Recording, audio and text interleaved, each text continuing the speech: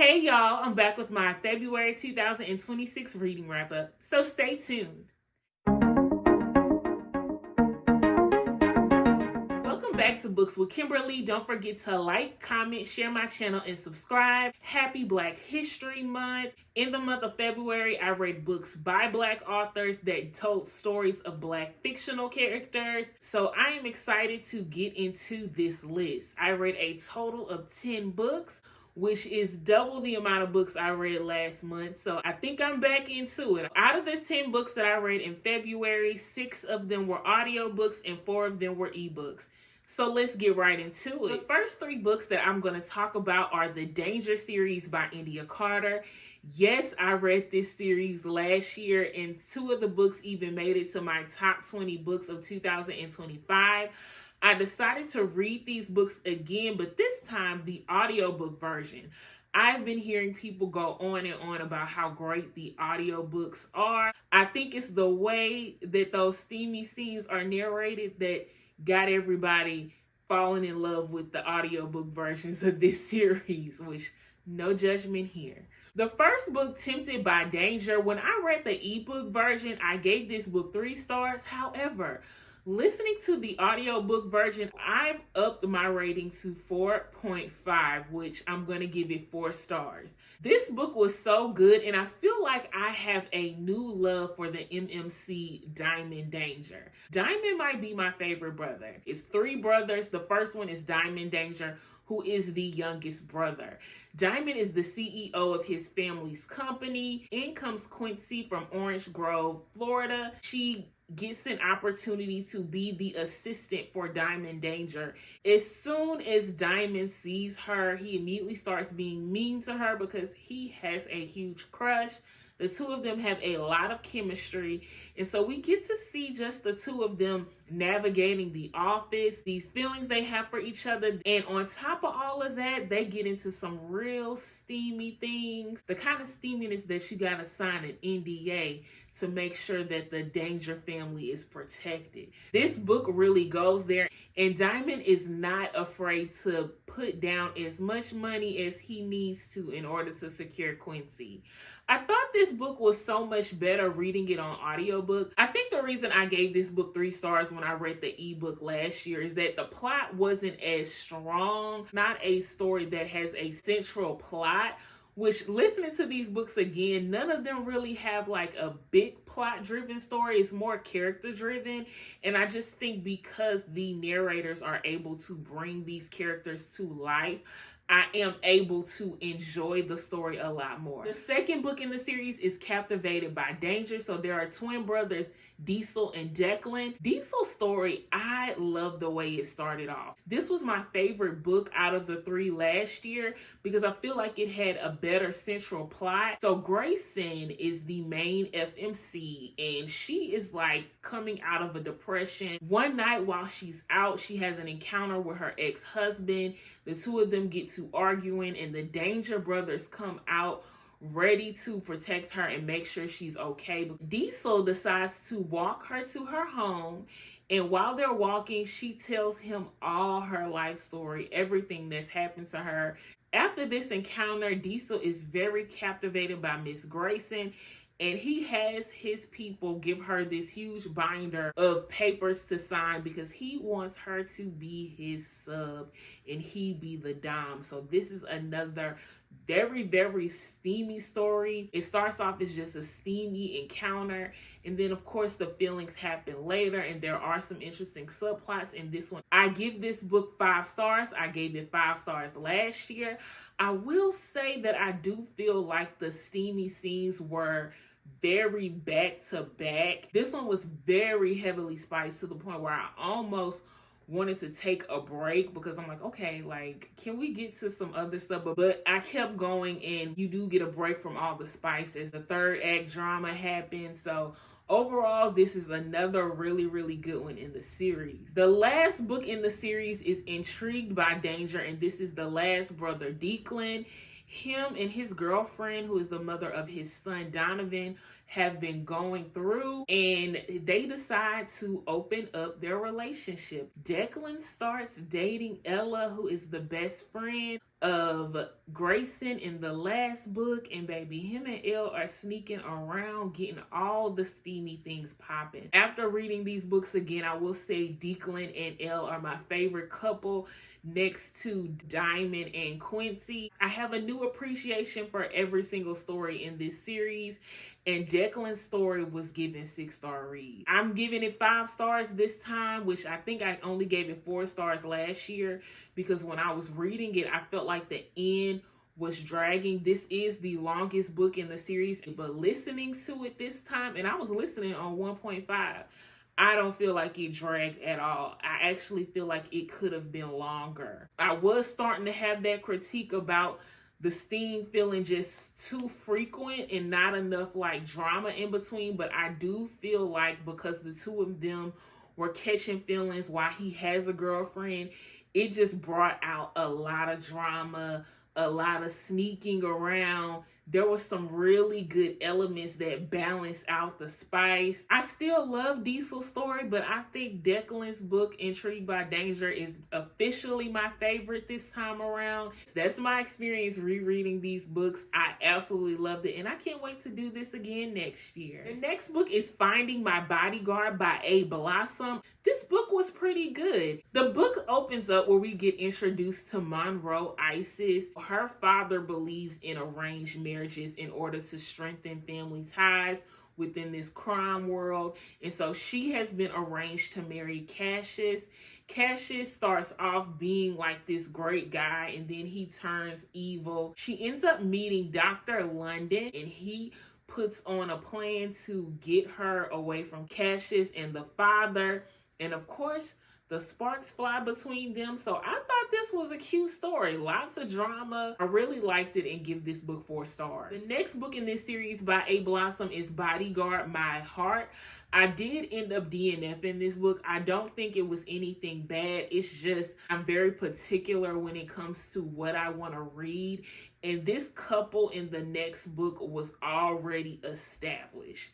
They are married on paper, but the two of them aren't really in a relationship. They've been messing around for years, but they haven't been in a relationship. I don't have the patience for this kind of story. So I had to DNF that one. As soon as I realized what was up, no. The last book in this series is Forever My Bodyguard, and this is Contessa and Polo's story. The two of them are related to the main characters in the first and second book. And I really like this story because we get introduced to Contessa in book 1, and she's really good friends with Monroe, and she's family with Monroe. So she's a widow in this book, and she has a son. And Polo has been crushing on her from book 1. He's been making little comments and little flirts here and there, but they officially try something in this book. There's some drama happening with this crime world, and they're on the run, and her and the son and Polo go to another country, and that's when they really get to know each other and realize that they have a lot in common, and they both just really want to be together. So I thought this one was really cute, and I give it 4 stars too. The next book is Bleu by Masterpiece, and I read Filth Kings last year and really enjoyed it, but Bleu, it was a little bit of a disappointment.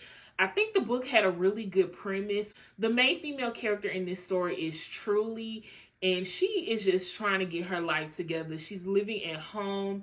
She doesn't have custody over her daughter. It's a lot of drama happening with the father of her child. Her family ends up going to this event, and she meets Bleu. The two of them just start messing around and go together real bad, and he's helping her with the custody situation. So I really feel like this book was boring, and then there were a lot of spelling and grammatical errors. This book, it just seemed like it was not edited at all. So I'm giving this book a 2.75, and I'm not rounding up, so it will be 2 stars. Next book is Can't Be Broken by Mel Dau. This is the last book I read in the month of February. I needed something quick to listen to, and so I found this on one of my library apps.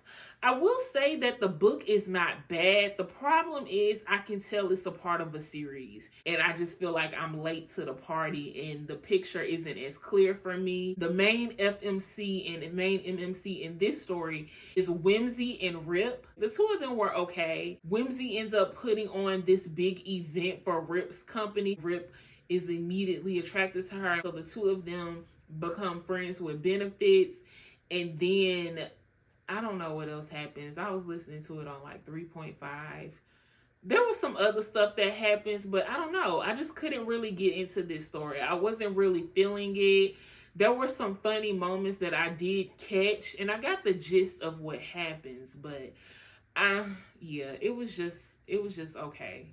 Maybe a little less than okay. So not my type of book. I just didn't connect with this story. 2.5, and I'm not rounding up, so it will be a 2-star read. The next book is Above It All by Lakisha Burkett. I'm really excited about this book because this was one of those posts I saw on TikTok by an author who is just asking people to read her books. I literally stopped what I was doing, downloaded this ebook, and started reading it. It's only 100 and something pages. I love the cover art, and so I was really excited to support an author that isn't as popular as some of these other authors, and I did enjoy the book. I give it a 3.75, so it's a 3-star read for me. The main character is Denise. She's 19 years old and she's in college, and she gets into her first relationship, which ends up going sour. She also is dealing with a lot of family drama because her mother has 3 or 4 kids. She struggles every single month. Things are always being cut off. They're always at risk for eviction. I just thought this was a really good story about a young woman who just wants to help her family and be the best daughter and sister she can be, but also life is happening to her at the same time, and it feels like things keep happening that makes their situation worse and worse. But I love when things turn around and the blessings really start to pour out and good people come into their lives who just want to help them and see them win and prosper. So I thought this was a really good story. The next book I read is The Reformatory by Tananarive Due. The Reformatory is such a popular book. This book takes place in the 1950s in Florida, I believe, and the main characters are Robbie, who is Robert, and Gloria. So the book opens up getting straight to it. Gloria and Robbie are out, and a little white boy approaches them, and he's making passes at Gloria that's making her uncomfortable. Robbie ends up kicking him in the knee. He gets arrested the next day, and while Gloria is pleading with the judge to please not send him away, Robert gets taken to the Reformatory, which is a juvenile center for young boys, both black and white. And they have to work in fields, or they work in the kitchen if they're lucky.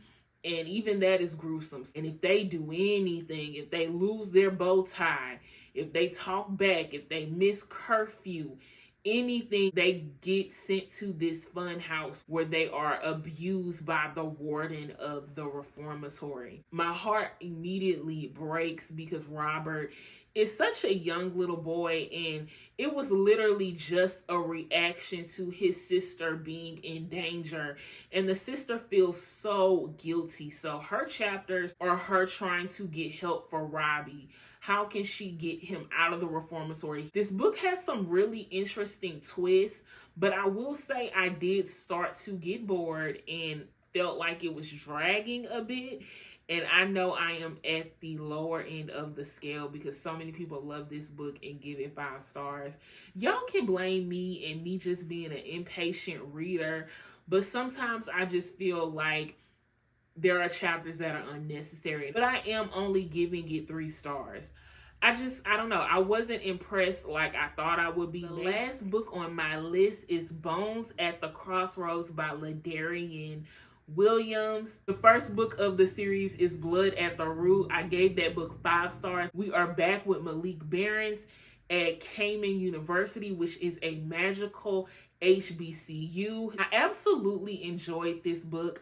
I will say that I did expect there to be more action in this book. Blood at the Root, he's at Cayman University during the summertime, and during Bones at the Crossroads, this is the fall semester. So you get homecoming, you get joining fraternities and sororities, and so you get a lot of that HBCU culture within this book. So I enjoyed it. I enjoyed him spending time with his friends, him getting closer to teachers and students and joining organizations. They run for homecoming court. I do feel like Malik had a lot of growth within this story.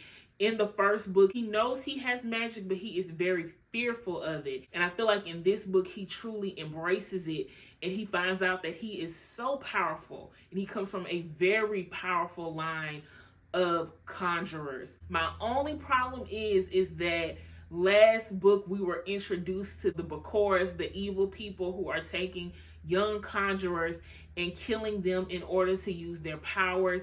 In this book, they were very hush about it. And there are a couple run-ins with the Bakors, but besides that, the war that I thought we would get between the Bakors and the magical world at Cayman U has not happened yet. And that was a disappointment for me. So I am giving this book 4 stars. I loved it. Loved the character growth. I do feel like this author listened to a lot of the critiques that people had about Blood at the Root, and I do feel like he made an attempt to rectify some of that. I feel like he really took those critiques to heart and made an attempt to show that Malik has a sensitivity towards women in this book. So shout out to the author for that. Another good one. I'm excited to read this 3rd book. Hopefully that is where all the action is and where the revolution will officially happen. Y'all, that's it for all the books that I read in the month of February. Get down in the comments and let me know what was your favorite book of the month. And thanks again for tuning in to a Books with Kimberly video.